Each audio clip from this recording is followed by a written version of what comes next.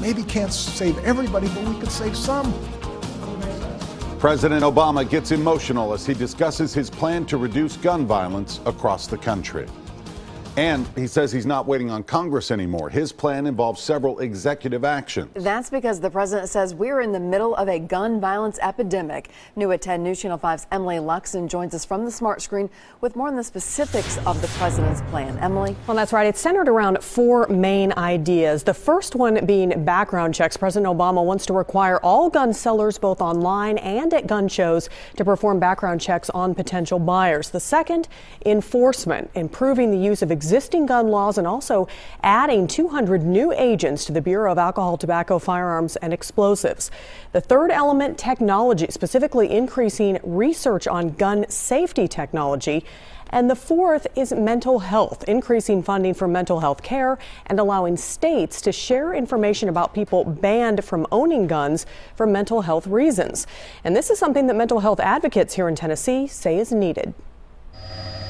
It's a scene Tennesseans will never forget. 5 service members killed in Chattanooga.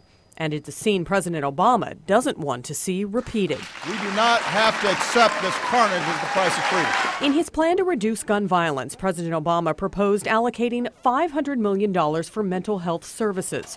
An idea President and CEO of Mental Health America of Middle Tennessee, Tom Starling, says could make a big impact locally. I think some of the biggest needs include money for addictions and substance abuse, also for treatment of mental illness in general.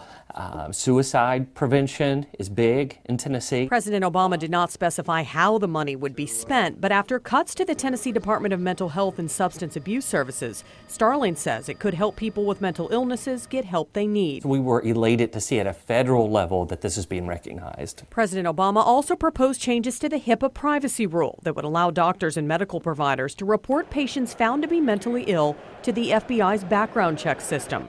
Starling says this may also help put to rest the idea that mental illness always leads to violence. A person with mental illness is actually 4 times more likely to be a victim of violent crime instead of a perpetrator. Starling hopes President Obama's plan will lead to better access to mental health programs and keep all Tennesseans safe. I think overall it's a very good announcement for both people who are for guns and the Second Amendment, and that it really just clarifies HIPAA laws more than it does make any changes. And of course, there are strong opinions on both sides of this issue. To address that, President Obama is planning to hold a town hall meeting in Virginia later this week. Carrie? Emily, thank you. Good information.